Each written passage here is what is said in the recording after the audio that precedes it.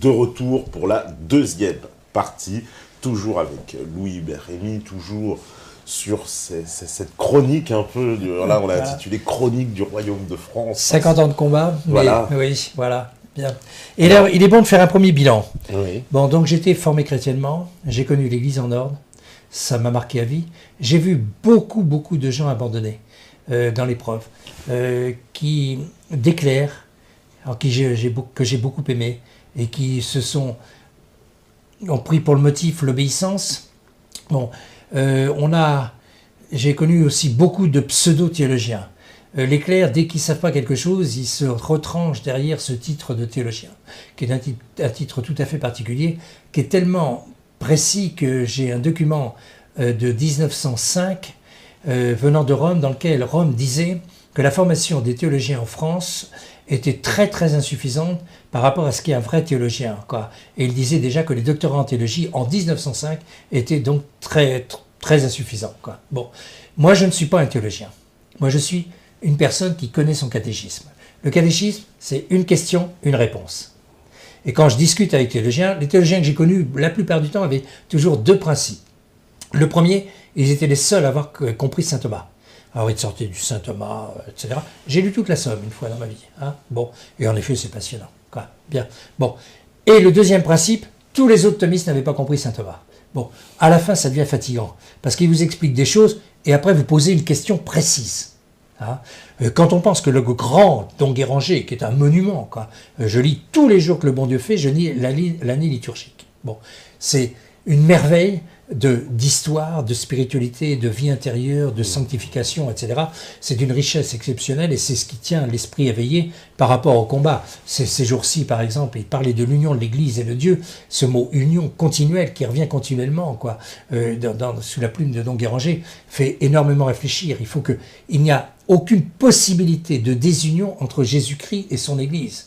Et donc, quand on voit l'Église d'autrefois, qui est exprimée tous les jours par Don Guéranger, et l'Église d'aujourd'hui, il est impossible que ce soit la même Église, quoi. Alors, bien, je n'ai pas connu le modernisme, je n'ai pas su ce que c'était. Je l'ai appris après, bien sûr. Mais c'est accepté quand cette réforme elle arrive dans l'Église dans les années 60. Comment ça se passe? Les prêtres, ils l'acceptent? Ou comment ça se passe surtout dans les séminaires. Ça se passe surtout dans les séminaires, quoi. Donc, alors un certain nombre de prêtres sous des influences allemandes, sous des influences extérieures à l'Église, quoi. Donc commencent à discuter sur l'authenticité de la Bible, sur des quantités de sujets, quoi. Et surtout, il faut que l'Église s'adapte au monde moderne. Bon, c'est le fruit de la Révolution. Hein. La grande cassure, c'est la Révolution française qui, en amont, donc, a des quantités de paramètres qu'il faut analyser, qui sont importants, où les clercs ont des responsabilités importantes, hein, etc. Avec le gallicanisme, bon, avec le jansénisme, avec tout ça, quoi, etc. Arrive l'énorme cassure de la Révolution, et là, il faudrait... On va en profiter peut-être pour lire. C'est un peu décousu, mon affaire, hein, mais... Ce sont des parenthèses qui permettent de préciser de façon très riche, quoi. C'est Monseigneur Gaume, quoi, qui parle de la Révolution. C'est la meilleure définition que j'ai lue sur le sujet. Hein. Il a fait une étude sur la Révolution en 10 volumes, qui est absolument passionnante, quoi, hein, pour bien comprendre. C'est-à-dire, Monseigneur Gaume est terriblement imprégné donc, de l'histoire de l'Église, terriblement imprégné de la vie de l'Église, terriblement imprégné les premiers siècles, de la Rome chrétienne du départ. Il fait un livre sur les 3 Roms en 3 volumes qui est absolument passionnant, hein, etc. C'est le grand catéchisme du 19e siècle. Il aura quand même 6 brefs de 5 papes différents. Bon, à une époque où avoir déjà un bref, c'est très rare, quoi. Bon, et bon, ça a été le catéchisme du 19e. Il a fait en particulier, je conseille fortement à tous les lecteurs, une toute petite brochure, toute simple, hein, qui s'appelle Credo. Cette petite brochure au refuge du chrétien dans les temps actuels. Elle n'est pas longue du tout, ça fait tout de suite 70 pages, hein, et ça vous met en place exactement le problème de la religion, quoi, etc. Bien. Alors il a une définition absolument remarquable sur la religion. Si arrachant le masque à la Révolution, vous lui demandez « Qui es-tu » Elle vous dira « Je ne suis pas ce que l'on croit. Beaucoup parlent de moi et bien peu me connaissent. Je ne suis ni le carbonarisme qui conspire dans l'ombre, ni l'émeute qui gronde dans la rue, ni le changement de la monarchie en république, ni la substitution d'une dynastie à une autre, ni le trouble momentané de l'ordre public. Je ne suis ni les hurlements des Jacobins, ni les fureurs de la montagne, ni le combat des barricades, ni le pillage, ni l'incendie, ni la loi agraire, ni la guillotine, ni les noyades. Je ne suis ni Marat, ni Robespierre, ni Babeuf, ni Mazzini. Ces hommes sont mes fils, ils ne sont pas moi. Ces choses sont mes œuvres, elles ne sont pas moi. Ces hommes et ces choses sont des faits passagers, et moi je suis un état permanent. Donc deux sociétés. Voilà. L'une tenue par Satan, l'autre tenue par... Je suis la haine de tout ordre religieux et social que l'homme n'a pas établi, et dans lequel il n'est pas roi et Dieu tout ensemble. Je suis la proclamation des droits de l'homme contre les droits de Dieu. Je suis la philosophie de la révolte, la politique de la révolte, la religion de la révolte. Je suis la négation armée. Je suis la fondation de l'état religieux et social sur la volonté de l'homme au lieu de la volonté de Dieu. En un mot, je suis l'anarchie, car je suis Dieu détrôné et l'homme à sa place. Voilà pourquoi je m'appelle révolution, c'est-à-dire renversement, parce que je mets en haut ce qui, selon les lois éternelles, doit être en bas, et en bas ce qui doit être en haut. Voilà donc la plus belle définition de la révolution. Et donc nous vivons dans un conflit depuis entre deux formes de société, la société chrétienne, où c'est d'ailleurs Dieu qui choisit le gouvernant, et la société révolutionnaire, où on fait croire au peuple que le peuple choisit le gouvernant. Mais ça, on va reparler après, le fonctionnement de tout cela, pour voir que tout ça est mensonge. Alors, revenons donc un tout petit peu à Jeanne d'Arc. Oui. Parce que Jeanne d'Arc n'est pas celle que l'on dit. J'ai écouté donc tous les discours qui ont été faits ces dernières semaines sur Jeanne d'Arc. Je n'ai pas trouvé ce que j'ai appris dans le Père Hérol. Bien, bon. Ah pardon, je me trompe de texte.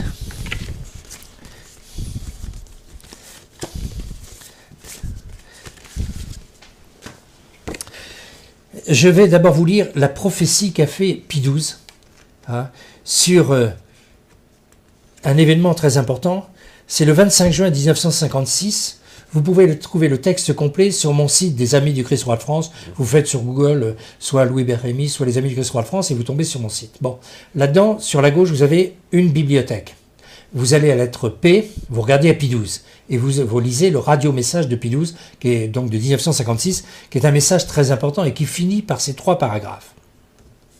S'il arrive que souffle au dehors le vent mauvais, si le mensonge, la cupidité, l'incompréhension trament le mal, s'il vous semble même devenir victime à votre tour, regardez vos héros réhabilités, vos cathédrales reconstruites, et vous vous convaincrez une fois de plus que toujours la dernière victoire est celle de la foi, de la sainte foi, que rien ne peut abattre et dont l'Église catholique est l'unique dépositaire.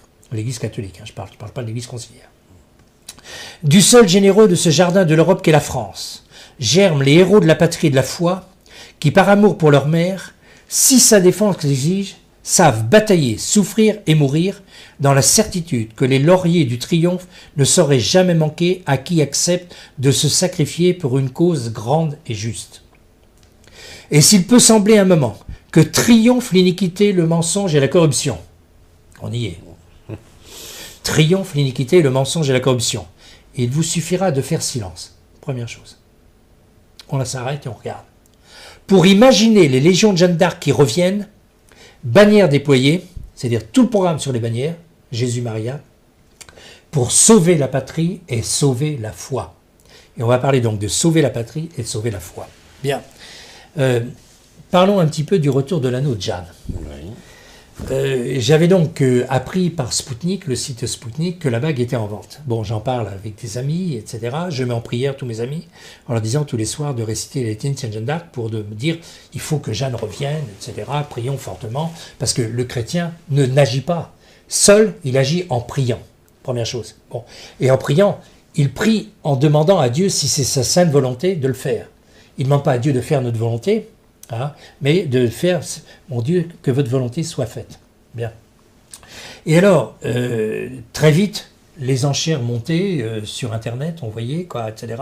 On avait des informations de gens qui avaient téléphoné à la salle des ventes de Londres, et donc on savait un petit peu quelle était la réaction. Bon. La première chose à souligner, c'est qu'aucun journal français n'en a parlé, mais aussi aucun journal anglais. Ce qui fait que c'est resté dans un milieu très fermé de gens passionnés de Jeanne d'Arc, etc. Et 4 jours avant la vente, c'était le lundi 22 février, la vente a eu lieu le vendredi 26. 4 jours avant, je dis, ça va monter très haut. J'ai même dit un chiffre, 500 000 euros. J'ai dit, ça va monter à 500 000 euros. Et c'est monté à 500 000 euros. Je vais vous expliquer. Bien. J'ai dit, personne n'est capable d'acheter. Il n'y a qu'une seule personne qui peut acheter, c'est le Puy du Fou. Et Philippe de Villiers. Je me dis, mais comment les joindre? J'avais connu Maître Trémollet de Villers dans le passé, en 2012, où j'avais présenté mon livre. Bon, j'étais déjà passé 3 fois à Radio Courtoisie pour ce livre-là, et donc il ne m'a pas passé une 4e fois, etc. Mais on avait eu un excellent contact, on a déjeuné ensemble avec un de mes amis, et il était en train de lire le manuscrit de Philippe de Villiers sur Saint-Louis. Bien. Et donc c'est comme ça que je connaissais les liens qu'il avait intimes, il se tutoyait, etc. Et tout. J'appelle Maître Trémollet de Villers. Je lui dis, Maître, savez-vous que la bague de Jeanne est à vendre? Il me dit, quoi? Qu'est-ce que vous racontez? Qu'est-ce que c'est que cette histoire? Etc. Alors je lui explique, je l'envoie sur le site anglais qui parlait de tout ça. Il me dit, c'est sérieux? Je dis, oui, parce que j'ai un ami qui est expert à Drouot, Roch de Coligny, qui était un garçon très spécialisé dans tout cela. On est très très amis, j'étais encore chez lui il y a 2 jours, pour passer un bon après-midi ensemble. Et Roch, qui lui aussi est descendant de Sainte-Jeanne d'Arc, par sa mère, directement, est passionné de Jeanne d'Arc, comme moi, etc. Je l'appelle, je lui dis, Roch, il n'était pas au courant, je lui apprends, il faut absolument que Jeanne revienne. Alors, je lui dis, pouvez-vous vérifier avec vos connaissances, il est spécialiste de tout ce qui est bague moyenâgeuse, de tout ce qui est sceau, de tout ce qui est donc de cette époque. Il voit ce que dit, donc il prend contact avec la salle des ventes, il pose des questions, il dit, ça me semble très sérieux. Bien. Alors j'ai dit, bon, on y va, quoi. Alors, Maître Trémollet, on a une conversation d'une demi-heure, un peu plus même. Je l'enthousiasme pour ça en disant, c'est la seule relique de Jeanne. Il faut absolument que Jeanne revienne. Et je lui dis, il n'y a qu'une personne qui peut le faire, c'est Philippe de Villiers, le Puy du Fou. Il me dit, tout à fait d'accord, j'appelle tout de suite Philippe de Villiers. Dès le lendemain matin, le mardi, à 9h du matin, Philippe de Villiers m'appelle. Et il me dit, monsieur Rémy, c'est formidable, cette histoire, il était déjà très emballé, quoi, etc. Alors je lui dis, monsieur de Villiers, ça ne va pas être facile, parce qu'il faut prévoir un trésor de guerre de 500 000 euros. Il dit, vous êtes sûr? Je lui dis, prévoyez un trésor de guerre de 500 000 euros, ça ira jusque-là. Et alors, il me dit, est-ce que c'est ça? Je dis, alors il me dit, il ne faut surtout pas quand même que le Puy du Fou, nos ennemis nous attaqueraient, Je lui dis, si c'est un faux, ça sera remboursable. Je lui donne l'exemple parce que mon épouse, comme directrice adjointe des archives à Nantes, avait acheté une fois un document qui était vendu par Christie comme étant signé par Anne de Bretagne. Alors tout ce qui est Anne de Bretagne à Nantes, est acheté. On est allé à Londres chercher le document pour éviter les transports d'assurance, enfin les problèmes d'assurance, de transport et ceci et cela, quoi. Et dès qu'elle est arrivée chez Christie, elle a dit non, c'est pas Anne de Bretagne. Elle leur a dit tout de suite. Elle a apporté le document, elle a vérifié, c'était Anne de Beaujeu. Bon. Et Christie a remboursé tout de suite. Alors je raconte ça à M. de Villiers, en le rassurant, quoi, etc. Et je lui dis, et nous ferons quelque chose qui est typiquement catholique. Nous ferons baiser cet anneau par quelqu'un de mourant. Et j'avais un ami très cher, qui était en train de mourir d'un cancer des reins, et qui est mort d'ailleurs le 21 mars, le lendemain de la fête du Puy du Fou, qui avait énormément souffert, etc. Et je lui avais dit, Marc, c'est un polytechnicien, très brillant, très doué sur des tas de choses, etc. Si par les mérites de Jeanne, Dieu permet un miracle, est-ce que vous consacrerez votre vie à défendre Jeanne d'Arc? Il m'a dit, tout à fait d'accord. Louis Hébert, il m'a dit, je ne suis pas un homme à me mettre en avant, mais pour ça, je le ferai, quoi, etc. Bien. J'en parle tout de suite à Philippe de Villiers qui me dit, d'accord, etc. De le faire baiser, quoi, et donc demander à Dieu, parce que chez les catholiques, c'est normal de demander les miracles.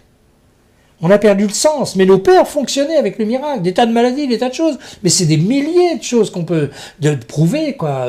On priait, on se confiait à la Sainte Vierge, on se confiait à tel saint, etc. Et les saints réagissaient, et les miracles se faisaient. Bon, alors, continue donc le mardi, le mercredi, il me dit, ça y est, j'ai pratiquement trouvé toute la somme, ça va, etc.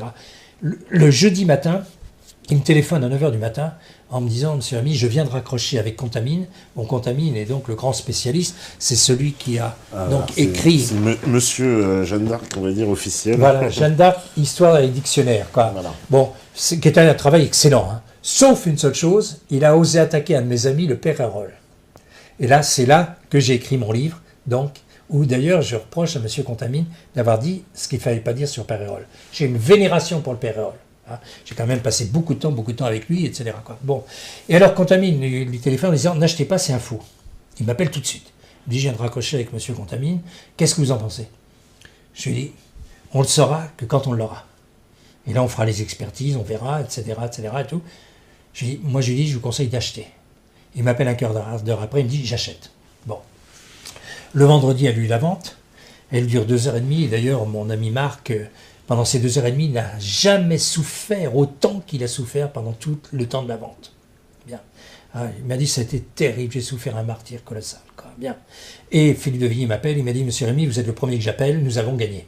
Je lui ai dit, monsieur de Villiers, il faut qu'on se rencontre, etc. Alors on se donne rendez-vous le mardi suivant, donc chez Maître Trémollet, donc dans son bureau. Philippe de Villiers, très gentiment, voulait faire une visite de courtoisie pour me remercier. Il était très chaleureux en me disant, monsieur Rémy, sans vous, jamais on aurait su, et sans vous, on n'aurait jamais acheté. Je lui ai dit, monsieur de Villiers, mais sans vous aussi, jamais on n'aurait pu réaliser cette histoire. Et moi, j'avais bien préparé notre entrevue, et on a parlé pendant 2 heures.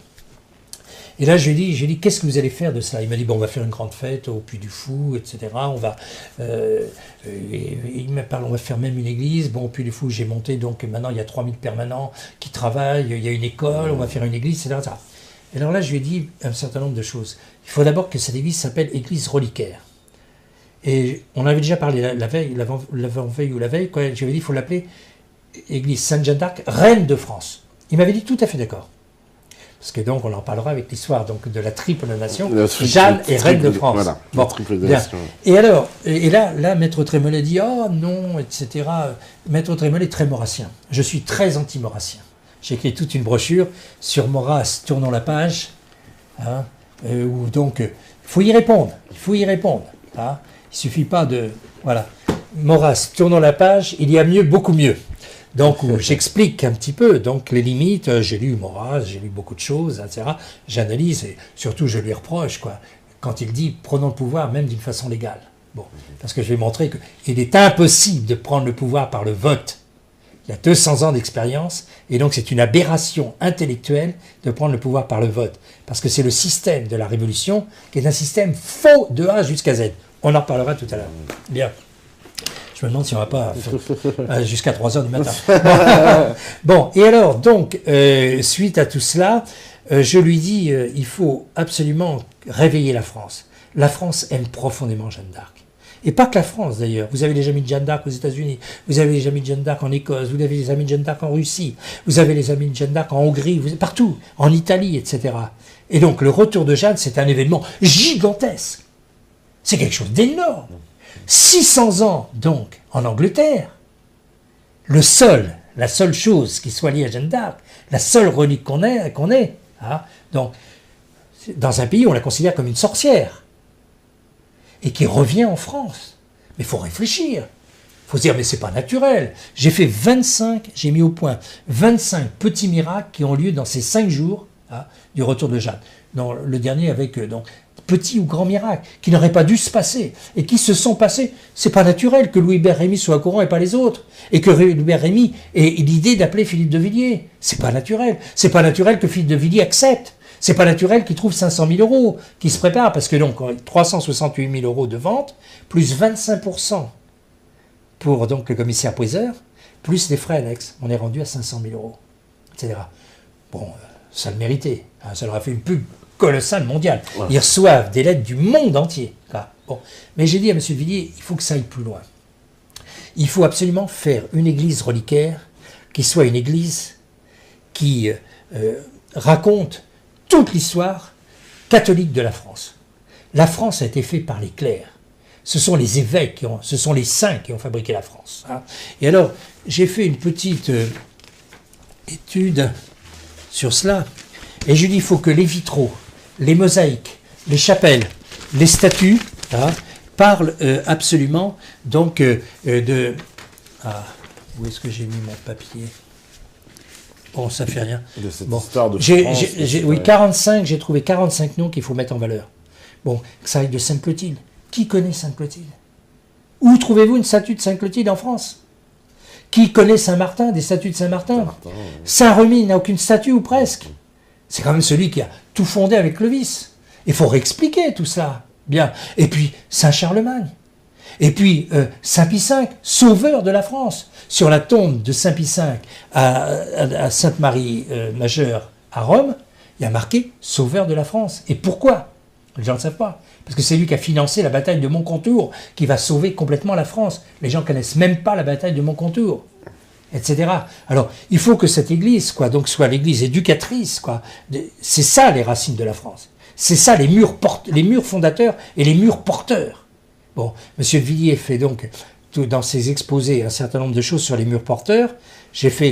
Malheureusement, je n'ai pas préparé ici, mais je montre que ces murs porteurs sont vraiment pas porteurs. Les murs porteurs de la France, c'est la foi. Ce sont les saints qui arrivent donc de Provence, qui arrivent en Provence, qui viennent de Judée, la France, nouvelle Judée, et donc le renouvellement, entre Dieu et une famille, parce que donc le pacte se fait entre Dieu et la famille de France. On parlera donc de la France fille née de l'Église qu'à partir de 1840-1850. Jamais on ne dit France fille née de l'Église avant. C'était le Fils aîné de l'Église. Parce que toute notre religion est incarnée. C'est une des choses fondamentales que je ne retrouve pas dans un certain nombre de discours. Les clercs sont trop intellectuels. Les clercs sont trop pseudo-théologiques alors que nous avons une religion profondément incarnée. Les saints, c'est de la religion incarnée. Ils vivent pour Jésus, ils sont imprégnés de Jésus, ils vivent la vertu tous les matins, tous les jours, etc. C'est pas simplement un discours intellectuel, c'est en plus une prière, c'est une mortification, c'est une ascèse, qui fait qu'on a des grands saints, on n'a pas un grand saint, etc. Bien. Eh bien, donc la religion chrétienne, l'histoire de la monarchie française, c'est quelque chose d'incarné entre Dieu et une famille.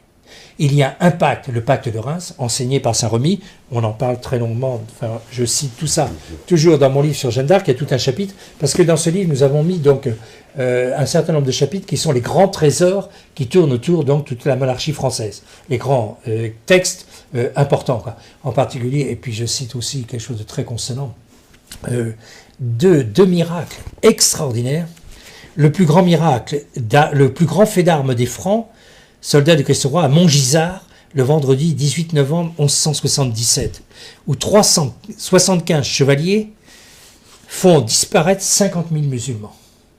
375 chevaliers contre 50 000 musulmans.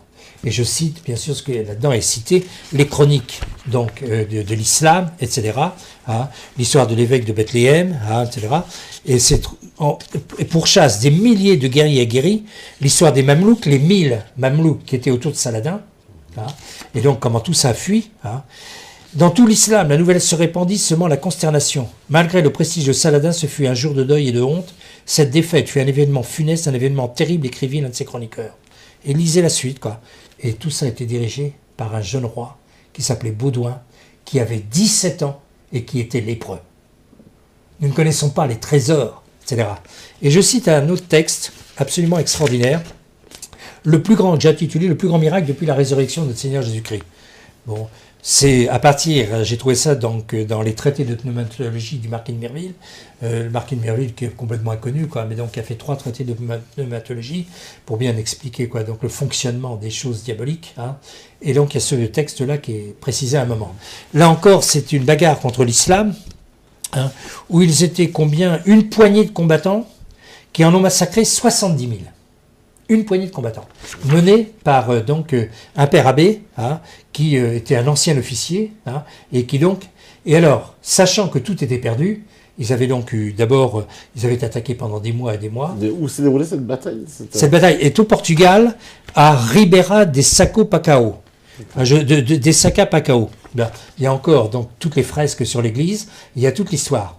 Et avant de partir pour combattre les musulmans, ils ont coupé la tête de toutes les femmes, enfants et vieillards, pour qu'ils ne tombent pas esclaves ou qu'ils ne tombent pas sous le joug des ennemis. Couper la tête de tout le monde. Ils descendent, ils combattent 3 jours. Ils reviennent, ils ont fait donc 70 000, massacrer 70 000 musulmans. Ils reviennent à la fois heureux et eux pratiquement qu'à mort. Des batailles comme ça, mais vous en avez plein l'histoire de France, plein l'histoire de l'Église, etc. Il y a les pentes. Mais vous avez l'histoire de Sobieski à Vienne, où Sobieski contre, je ne sais plus combien c'était, 200 000 musulmans, complètement, contre 20 000 avec Sobieski. Nous sommes montés à Vienne, là, juste au sud, quoi, là, où donc Sobieski est descendu, fait armer son fils après la messe. Hein, les musulmans étaient déjà en train d'agresser les troupes. Il le fait descendre. Et une histoire absolument miraculeuse, quoi, absolument prodigieuse. Quoi. Et bien donc, ils reviennent à la fois heureux d'avoir gagné et tristes d'avoir coupé la tête. Et quand ils arrivent, toutes les personnes étaient ressuscitées avec un fil rouge autour du cou, là où ils avaient été découpés. Et le fil rouge s'est transmis de siècle en siècle aux descendants. Et donc, le marquis de Mireville raconte que donc, en 1636, on voyait déjà les gens avec le fil rouge, et en 1800 et quelques, quelqu'un était voir, il y avait encore des descendants avec le fil rouge. Et je ne sais pas, le fil rouge autour de leur peau? C'était là, voilà, il y avait un fil rouge, enfin là où la tête avait été coupée. Tous, miraculeusement, bon. C'est ça. Mais ça, c'est établi par... Établi, absolument, il y a tous les événements. Et je voudrais avoir 30 ans de moins, quoi, et aller au Portugal. Maintenant, je suis trop vieux pour faire ce genre de choses, mais j'aimerais qu'un jeune y aille voir, fasse l'enquête pour savoir s'il n'y a pas encore des descendants avec le fil rouge. Il y en avait quand même, donc, l'histoire est datée de 850, 1000 ans après, il y avait des descendants avec le fil rouge. C'est des choses extraordinaires, quoi. Bon, je fais en plus même comment a été gagnée la guerre de 14-18, et qui l'a gagnée. Ah. Voilà. Eh bien, quand le maréchal Foch a fait la consécration des armées, il était généralissime en chef de toutes les armées, anglaises, belges, canadiennes, etc. Tout. Consécration au Sacré-Cœur de Jésus, roi de France. Il fait ça à Bonbon. Hein. Le 8 juillet, le curé de Bonbon lui écrit de consacrer ses armées. La lettre fut remise. Il vient le 16 juillet vers 2h l'après-midi et dit au curé qu'il a tout fait. Le 18 juillet fut livrée notre offensive et elle fut complètement victorieuse. Le chancelier de l'Allemagne, le trop fameux Hertling, a écrit le 15 juillet « Nous nous attendions à des événements graves pour la fin du mois de juillet. » C'était le 15 juillet. Le 18, même les plus optimistes parmi nous ont compris que tout était perdu. L'histoire du monde s'est jouée en 3 jours. Après la consécration des armées au Christ, au Sacré-Cœur de Jésus, roi de France. Il faut le savoir, des choses comme ça. Etc. Bon, alors après, j'ai trouvé tous les documents sur la question, etc. Et je continue d'ailleurs par une autre brochure que j'aime énormément. Je suis l'héritier de Jean Vaquier. Jean Vaquier est un homme extraordinaire, quoi, que j'ai beaucoup aimé. Hein. Je suis héritier aussi du marquis de la Franquerie. Hein. Nous partagions donc les mêmes idées sur l'école providentialiste, mais c'est pas le sujet, là. Il faudra en parler longuement, quoi, etc. Il a écrit une brochure absolument extraordinaire sur la bataille préliminaire. Je renvoie nos lecteurs à tout ça. On n'a pas le temps de parler de tout ça. Alors, tout ça, ce sont des parenthèses. Et alors, donc, arrive donc cette aventure avec M. de Villiers. Et après, je me dis, mais réfléchissons. Les gens ne réfléchissent pas en général. Mais qu'est-ce que Dieu a voulu dans tout cela? Il a voulu que Jeanne revienne. Prophétisé par Pie XII. Pie XII, il dit, et Pie XII écrit en 1956, pour sauver la patrie et sauver la foi. 1956, sauver la foi. On réfléchit. C'est complètement incompréhensible. Et pourquoi Louis-Hubert Rémy est embarqué dans cette affaire? Monsieur de Villiers, c'était très net, son rôle était d'acheter. Son rôle était de mettre en valeur. J'ai beaucoup apprécié d'ailleurs qu'il ait tout fait qu'avec des laïcs. Parce que quand la vente s'est mise, on parlait avec mon ami Roch, avec mon ami Annie, etc. Qu'est-ce qu'on va faire de la bague? J'avais dit on pourrait la mettre au musée du Tau, à côté de la Sainte-Ampoule. Bon, c'était une idée. Mais là, ici, à cette époque-là, je n'avais pas pensé au Puy du Fou. Mais là, le Puy du Fou va donner une ampleur à cette histoire qui est déjà faite, quoi. Le monde entier en a parlé. Ils reçoivent des milliers de lettres tous les jours. Des gens, ils sont complètement surpris eux-mêmes. Quand j'ai dit, M. Villiers, mais attention, la France entière va s'y mettre. Tout le monde aime Jeanne. À tel point que on appelle Bernadette Sainte Bernadette, on appelle Thérèse Sainte Thérèse, on appelle, etc. La très Sainte Vierge Marie. On parle de Jeanne. C'est comme une sœur. Jeanne, c'est quelqu'un de chez nous. C'est quelqu'un qu'on aime terriblement. Elle est gaie, elle est enjouée, elle est combattante. Puis dire, mettre les Anglais dehors, c'est quand même un beau programme. Bon, etc. Et puis elle aime Dieu passionnément. Elle est là, c'est la joie, c'est la gaieté, c'est le surnaturel divin, etc. Puis cette passion qu'elle a vécue. 50, Claire, 56 je crois exactement, Claire, qui signe bon à brûler. Une jeune fille de 18 ans. C'est effrayant. Quel combat! Quand on voit son procès, la maître Trémollet a fait un très très bon livre sur le procès de Jeanne d'Arc, que je conseille très fortement. Ça m'a permis de relire le procès, que j'avais déjà lu, etc. Tout. Mais là, il a les commentaires de l'avocat, le spécialiste. Lui, il sait ce que c'est qu'un procès. Et il dit que bien souvent, quoi, le pauvre type qui est dans un procès, il ne sait pas se défendre. Jeanne, elle n'a pas d'avocat. Et elle arrive, et c'est elle qui dirige le procès. C'est elle qui reprend tous ces théologiens à la noix, etc. Et tout. Tous ces théologiens, c'est quand même un truc énorme qui va donc après se continuer avec le concile de Bâle, etc. Et tout. Enfin bref, et donc toutes ces erreurs, toutes ces hérésies et tout, quoi. Et je suis en vénération de Jeanne d'Arc. Je dis souvent à mes amis, je voudrais aller au ciel pour passer la moitié de mon éternité à parler avec Jeanne, j'ai tellement de choses à lui demander. Mais c'est quelque chose d'extraordinaire, quoi. Et il faut être passionné de Jeanne. Moi, j'ai beaucoup prié Jeanne, j'ai obtenu énormément de grâce avec Jeanne, par les mérites de Jeanne, etc. Tout.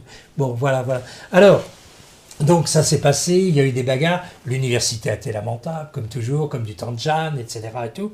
Bon, ils avaient dit que c'était un faux. Bon, il paraît que Contamine donc vient de sortir tout un article au Point pour expliquer que la bague est quand même un faux. Bon, on va étudier, on va travailler. J'ai trouvé un document tout à fait étonnant, dont il faut parler un petit peu, parce que c'est un début de piste. C'est simplement, etc. C'est un livre qui est fait par le frère Hilaire de Barenton, qui est un franciscain de certaine réputation, qui parle de l'anneau de Jeanne. Et il explique que l'anneau de Jeanne a été donné par Sainte Colette, mais il faut expliquer qui est Sainte Colette, les gens ne connaissent pas. Bon, j'ai lu depuis 3 biographies de Sainte Colette, quoi, pour bien comprendre, quoi. Je me dis, mais comment ça se passe avec Jeanne, etc. Et donc Sainte Colette passait régulièrement donc, dans ce village donc, de Don Rémy, qui était un peu passage obligé pour rejoindre le nord du sud, hein, etc., et avait fait donc des parents de Jeanne des tertiaires franciscains. Bien. Et à la naissance de Jeanne, tout bébé, elle avait donné cette bague à la mère de Jeanne, ce que dit Hilaire de Barenton. Donc, il donne une référence, il faut travailler maintenant, tout ça c'est pas complètement sûr, mais c'est quand même intéressant. Et les parents de Jeanne ont donné la bague à Jeanne quand elle a eu 13 ans. Et en effet, quand on a fait l'expertise avec M. de Villiers, c'était une bague d'une jeune fille de 18 ans. Bon, 13, 18 ans, c'est pas précis, etc. Elle a été réallongée au 19e siècle avec un morceau de fer par la personne qui était propriétaire, dont le prénom était un M. Et d'ailleurs, donc le M se voit sur un des côtés. C'est là où il y avait l'emplacement d'une fleur de lys, hein, et donc a été remplacé par le M puisque la dame s'appelait. Et le mari était graveur. Et donc on voit très très bien le morceau qui a été rajouté au 19e. Bon, tout ça, on n'a pas fini de travailler, hein. C'est pas fini. Et donc, les parents de Jeanne ont donné sa bague, et elle dit « je le tiens de mes parents », etc. Bon, et donc, elle-même devient tertiaire franciscaine. Hilaire de Barenton explique combien... Hein, alors là, le père Hérol ne le croyait pas, hein, qu'elle était tertiaire. Il dit pas très fermement qu'il n'y croyait pas, hein, qu'elle n'était pas tertiaire, mais il n'avait pas la preuve. Bon, les travaux ont été faits par Hilaire de Barenton depuis, hein, où il explique des quantités de détails, ne serait-ce que la coiffure de Jeanne, ne serait-ce que les habits de Jeanne, ne serait-ce que son étendard Jésus-Maria, qui était donc le grand nouveau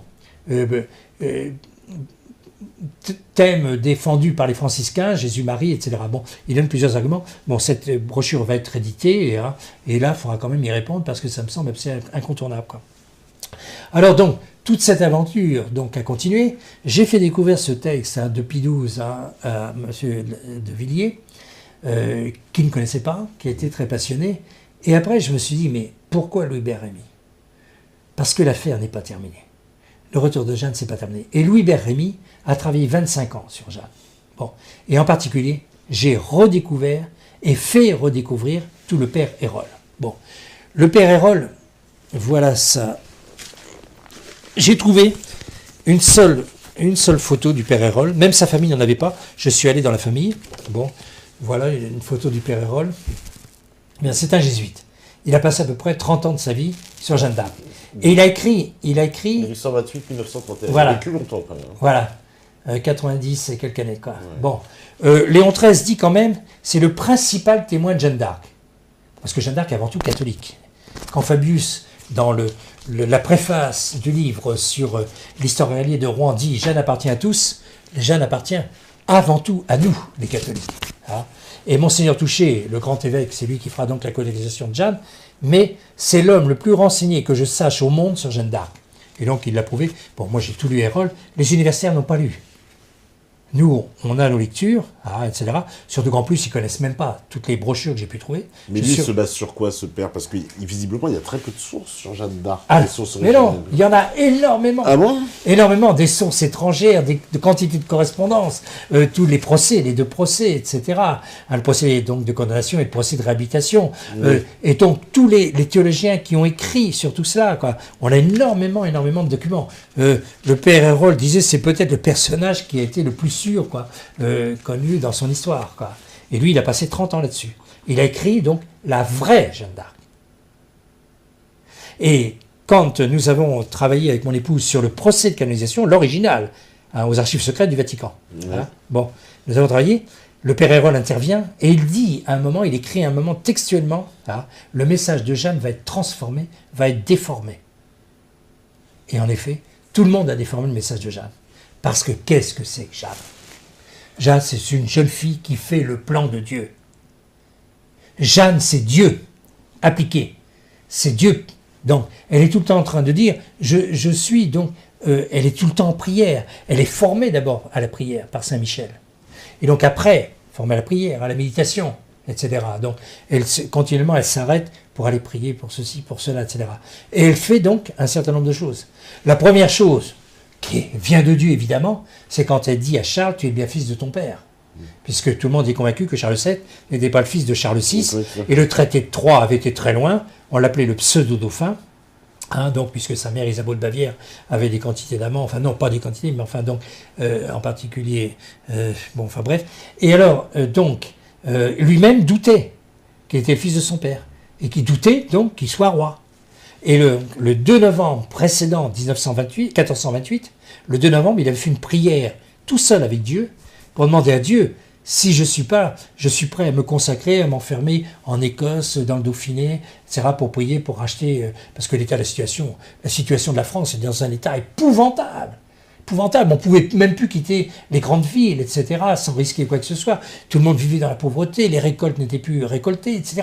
C'était quelque chose d'épouvantable, la situation était épouvantable, quoi, etc. Et Jeanne vient lui dire, en secret à Chinon, tu es bien le fils de ton père. Et là, Charles devient, tu as prié tel jour, tel ça, il n'y a que Dieu qui pouvait le savoir. Mais il lui dit autre chose. Première chose, et tu as droit au sacre. Et il faut te faire sacrer. Pourquoi ? Parce que le sacre fait que ce roi est le oint de Dieu, le lieutenant de Jésus-Christ, tenant lieu, on va le voir plus profondément avec l'histoire de la triple donation, donc, et le roi de France, donc à ce moment-là, est intouchable. C'est un personnage sacré, et donc tous les rois de France sont... aucun roi de France n'est mort à la guerre. Par le sacre, il était protégé dans les 7 parties du corps vulnérables. En plus, il a le discernement. Et on verra d'ailleurs que Louis XVI, j'écris, c'est sur mon site, Louis XVI, les Bourbons francs-maçons, et Louis XVI va être initié franc-maçon avant le sacre, et les effets du sacre ne se feront pas. Et Louis XVI n'a plus de discernement des hommes et discernement des situations. C'est la preuve, à contrario, des effets du sacre. Aucun roi de France n'a apostasié. Et Henri IV, qui a voulu être roi de France, a été obligé. Bon, je mets un peu en doute sa conversion. Mais il y aurait d'autres choses à dire, etc. etc. Bien, mais, etc. Et pour dire. Et alors, elle le tanne sans arrêt d'aller à Reims, d'aller se faire sacrer. Et elle obtient donc, au moment donc, de Patay, au lendemain de Patay, elle se trouve à Saint-Benoît-sur-Loire et vient d'Orléans. Charles était donc à Sully-sur-Loire avec la Trimouille. Ils se retrouvent ensemble à Saint-Benoît-sur-Loire dans l'abbaye, dont le père abbé était le frère de Regnault de Chartres. Bon, lié avec tous ces bandits qui sont contre Jeanne, terriblement, quoi. Et là, parlons de la triple donation, c'est le moment. C'est un petit peu décousu, mais ça vous permet donc de bien comprendre. Et là, auréolé de cette victoire, où nous avons 2000 Anglais morts sur le terrain, contre 2 Français morts de l'autre côté. À une époque, on combat 1 pour 1. Bon, tout le monde a compris que c'était la vengeance d'Azincourt. Ou Azincourt, donc, on avait refusé la piétaille, etc. Et toute la noblesse, les 2 tiers de la noblesse, est mort à Azincourt, etc. Quoi. Et Jeanne, donc, venge Azincourt, et les Anglais, d'ailleurs, ne s'y trompent pas, etc. Alors, auréolée de cette victoire gigantesque, elle arrive à Saint-Benoît-sur-Loire, et elle a une discussion avec Jeanne, puisque le 7 mars, elle lui avait demandé 3 choses à Chinon. Il lui avait demandé de pardonner à ses ennemis. Il n'y a que les catholiques qui pardonnent à leurs ennemis. Il n'y a que les catholiques qui pardonnent à leurs ennemis. Et ça, il avait accepté. Il avait demandé de recevoir tout le monde, pas faire comme à Zincourt, de recevoir tous les gens, les petites gens, etc., etc., et tout. Et Charles, quand il deviendra roi, recevra tout le monde.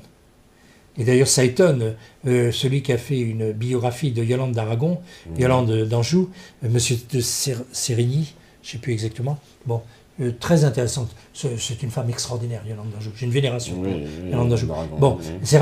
Et il écrit, on est étonné que Charles ne règle aucun compte après, quand les choses, parce que la France était divisée, les Anglicans, les Bourguignons, etc., les gens, les camps funis, les gens s'entretuaient entre eux, hein, suivant le camp dans lequel ils étaient, quoi, et tout.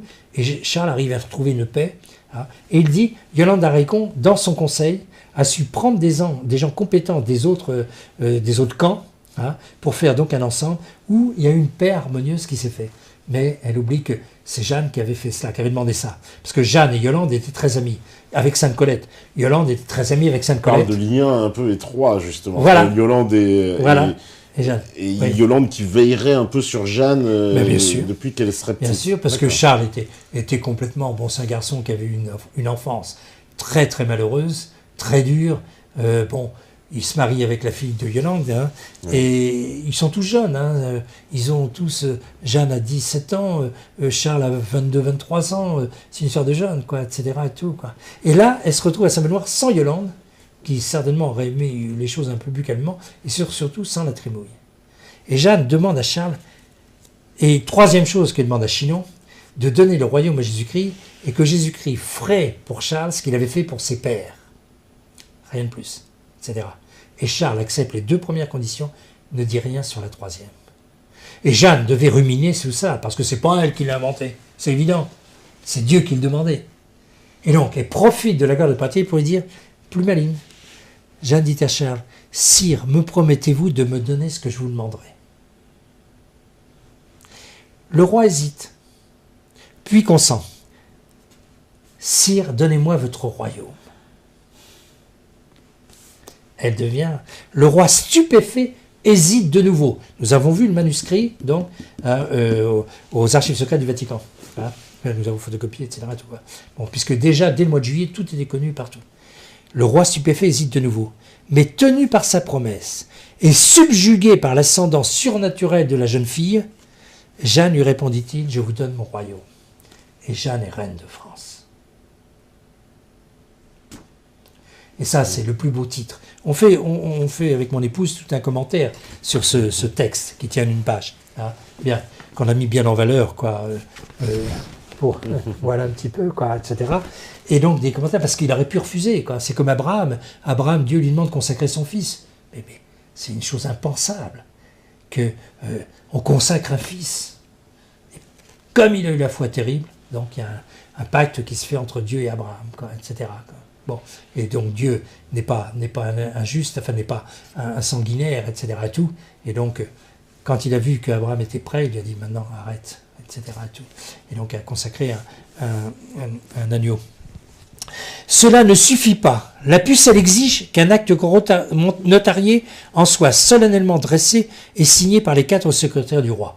Alors nous avons cherché partout cet acte.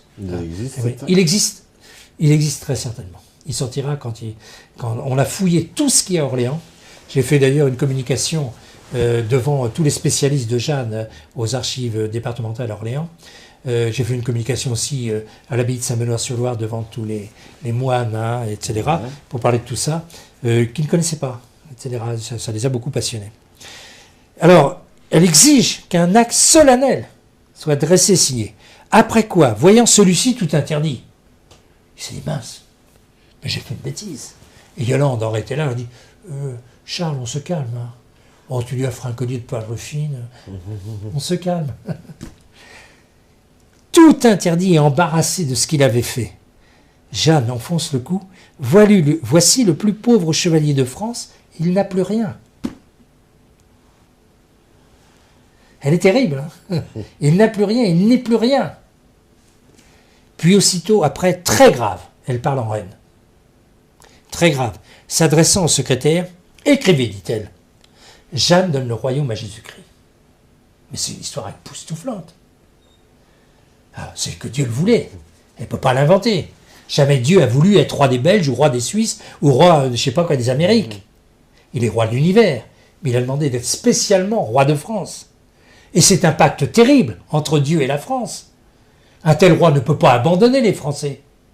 Un jour ou l'autre. Il les châtie actuellement parce qu'ils ont été terribles. Mais le jour où les Français vont se convertir, et nous allons parler de tout ça, et c'est là un petit peu donc la mission que je crois m'incomber avec l'histoire que je connais, hein, de parler en même temps de l'anneau de Jeanne que M. de Villiers achetait en même temps. Chacun son rôle. Bon, après, d'autres vont en parler. Bon, j'ai pas le monopole de Jeanne, j'ai pas le monopole de Père Hérol, j'ai pas le monopole de toutes ces histoires, et là, je suis convaincu qu'un jour, un clerc va en parler. Parce que la crise se fait toujours par un clerc qui est le marteau de l'hérésie dans laquelle nous sommes. J'attends, j'ai rêvé déjà X fois avec quelques clercs de former un clerc qui accepte de faire ce combat. J'ai pas trouvé, c'est pas l'heure. Bon, Mélanie a bien dit que l'Église sera sauvée par les laïcs. Bon, on verra bien, mais un jour un clerc viendra. Et puis, moi je fais mon travail actuellement, parce que je pense que c'est mon travail. Puis après, moi je suis plus rien, moi, etc. J'ai aucune mission, j'ai aucun fil avec le ciel, etc. Et alors, c'est pas fini. Encore une phrase, et bientôt après, Jésus rend le royaume à Charles. Triple donation. Donation à Jeanne, donation au Christ, donation à Charles. Pourquoi cette affaire? Parce que c'est Jésus-Christ qui donne le pouvoir. C'est Jésus-Christ qui donne le pouvoir à Clovis par Saint-Remy. C'est toujours le pouvoir spirituel qui appelle le pouvoir temporel. C'est Saul qui appelle David et Samuel. C'est Sainte Jeanne, formée par le ciel, qui appelle Charles VII. Et là, je suis de ceux qui croient au grand pontife, au grand monarque. Il y a tellement de prophéties sur la question que je crois que c'est incontournable. C'est le grand pape qui appellera le grand roi, etc. Bon, parce qu'il faut que ça soit indéniable. Il faut qu'il y ait une autorité. Jeanne a montré l'autorité qu'elle avait en disant cela. Bon, bien sûr, on a évincé la triple donation. Je ne suis pas le seul à avoir lu et à en avoir parlé. Mais je suis de celui qui a le plus diffusé la triple donation. Notre ami Pierre Hillard est passionné par la triple donation, etc. Quoi. Nous, on l'a évoqué dans les émissions sur Jeanne d'Arc, on a évoqué cette triple donation. Voilà. L'événement, c'est vrai, pour le moins étrange. C'est le plus grand événement de l'histoire de France. Dieu intervient directement. Il vient sauver un pouvoir temporel. Dieu n'est jamais intervenu pour sauver le pouvoir spirituel. Et Dieu sait pourtant s'il y a des crises, s'il y a eu des antipapes, s'il y a eu des quantités de choses. Il laisse les choses se faire elles-mêmes, se résoudre elles-mêmes. Là, ici, il intervient directement. Puis pas dans la dentelle. Avec 3 grands saints, il ne choisit pas n'importe qui. Etc. Et il forme une jeune fille, mais fabuleuse. Etc. Et dont la mission n'est pas finie. Monseigneur de Lassus a écrit un livre. Ah oui, je ne peux pas présenter la couverture parce que c'est pas... Bon, enfin bref. Voilà. La mission posthume de Sainte Jeanne d'Arc et le règne social de notre Seigneur Jésus-Christ. Si vous voulez comprendre la mission posthume, c'est-à-dire la mission actuelle, la mission qui arrive de Sainte Jeanne d'Arc, il faut lire ce livre. Monseigneur de Lassus est un éminent écrivain antilibéral, docteur en théologie, etc. Et qui a écrit un livre extraordinaire. J'ai mis 20 ans pour le faire connaître. C'est la conjuration antichrétienne. Le temple maçonnique voulant s'installer sur les ruines de l'Église catholique. Quand on lit ça, on se dit, mais ça a été écrit ces jours-ci. Ça a été écrit en 1920. Et donc, il y a tout le plan, 1500 pages quand même. 3 tomes de 1500 pages. Bon, il y a tout le... Ça a été réédité, maintenant tout le monde en parle, tout le monde connaît, etc. Quand j'ai découvert ce livre, j'avais lu dans Pour qu'il règne, de Jean Housset, que c'était la somme de la contre-révolution. Et je ne l'avais jamais trouvé. Je l'ai trouvé un jour passant pour raison professionnelle en Suisse, etc.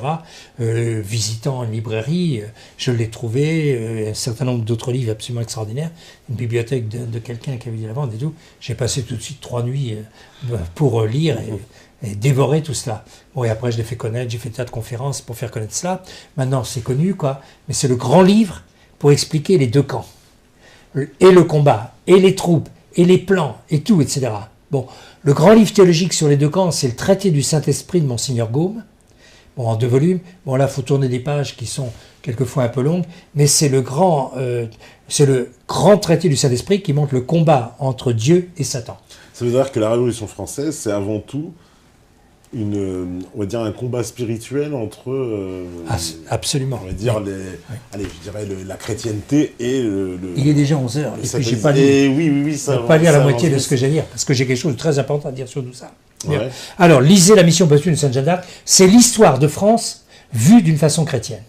Et donc, il explique à la fin. La fin est très très importante parce que là, il explique ce qui va se passer. Et donc, en particulier avec les visions de Catherine Emmerich, que donc on va démolir l'Église. Et avant la déroute finale, écrit-il, il y aura eu un essai de restauration, mais avec peu de méthode, peu de zèle, comme s'il ne connaissait rien de l'ennemi, et c'était déplorable, dit Monseigneur de Sus. Ça, c'est le combat de la fraternité de Saint-Pédis. Voilà. Donc, ils combattent avec peu de méthode, peu de zèle, comme s'ils ne connaissaient rien. Bon, et bon, il s'avère que je suis de ceux qui ont beaucoup étudié l'ennemi. Et là, ici, aussi bien en démonologie que donc dans les troupes, hein, aussi bien chez les généraux que chez les officiers, etc. Tout, et donc on a des explications à donner. Et tout ça, c'est pas enseigné. Bon, jusqu'au moment où Dieu voudra.